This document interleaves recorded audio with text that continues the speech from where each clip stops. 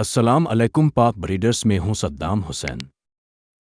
کیا اب جانتے ہیں کہ نیو کاسٹل ڈیزیز جسے ہم عام زبان میں ND یا رانی کھیت بھی کہتے ہیں ND اور مرویوں میں سب سے خطرناک بیماریوں میں سے ایک ہے۔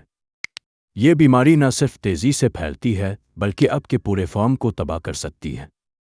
آج کی ویڈیو میں ہم بات کریں گے ND کیا ہے، یہ کیسے پھیلتی ہے، اس کی علامات کیا ہیں، اور سب سے اہم اس کا علاج اور بچاؤ کیسے کیا جائے۔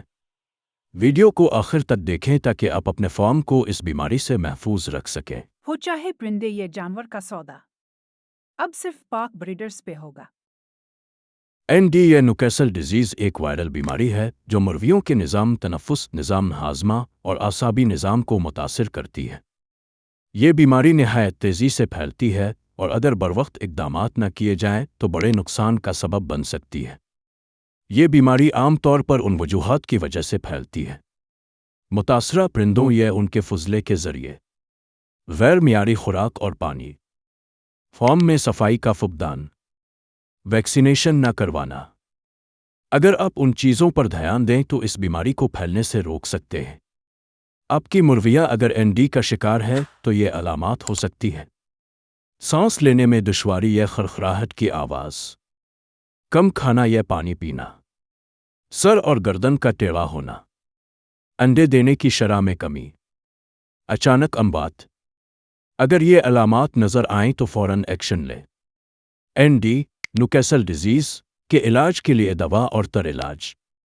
ND کے لیے کوئی خاص دوا دستیاب نہیں ہے کیونکہ یہ ایک وائرل بیماری ہے اور وائرل بیماریوں کا علاج اینٹی بائیوٹک سے ممکن نہیں ہوتا۔ اہم مرویوں کو مرنے سے بچانے اور بیماری کی شدت کم کرنے کے لیے کچھ اقدامات کیے جا سکتے ہیں۔ 1. حفاظتی ویکسینیشن۔ ND سے بچاؤ کے لیے سب سے مؤثر طریقہ ویکسینیشن ہے۔ چوزوں کو ابتدائی عمر میں ویکسین دی جاتی ہے جیسے لاسوٹا ویکسین ناک یا آنکھ کے ذریعے دی جاتی ہے۔ ہچنر B ایک ویکسین۔ ویکسین کے شیڈول کو فارم کے ماہر ڈاکٹر کے مشورے سے فالو کریں۔ 2. اینٹی بائیوٹکس ثانوی انفیکشن کے لیے۔ اگرچہ وائرل انفیکشن کے لیے اینٹی بائیوٹکس مؤثر نہیں ہیں لیکن ثانوی بیکٹیریل انفیکشن کو روکنے کے لیے اینٹی بائیوٹکس دی جا سکتی ہے۔ اوکسی ٹیٹراسائکلین، آکسیٹیٹراسائکلین، ٹالوسین، یہ ادویات مرویوں کی قوت مدافعت بڑھانے اور دیگر انفیکشن سے بچانے میں مددگار ہو سکتی ہے۔ 3. Vitamin supplements. وٹامن A اور وٹامن E کے سپلیمنٹس دیں تاکہ مرویوں کی قوت مدافعت بہتر ہو۔ پانی میں حل ہونے والے وٹامنس مرویوں کو جلد صحت مند بنانے میں مدد کرتے ہیں۔ 4. صفائی اور ماحول کا کنٹرول۔ فارم کو صاف ستھرا رکھیں اور بیمار مرویوں کو علیحدہ کریں۔ پانی اور خوراک کے برتنوں کو روزانہ دھوئیں۔ فارم میں ہوا کے گزر کا انتظام یقینی بنائیں۔ ڈاکٹر سے مشورہ کریں۔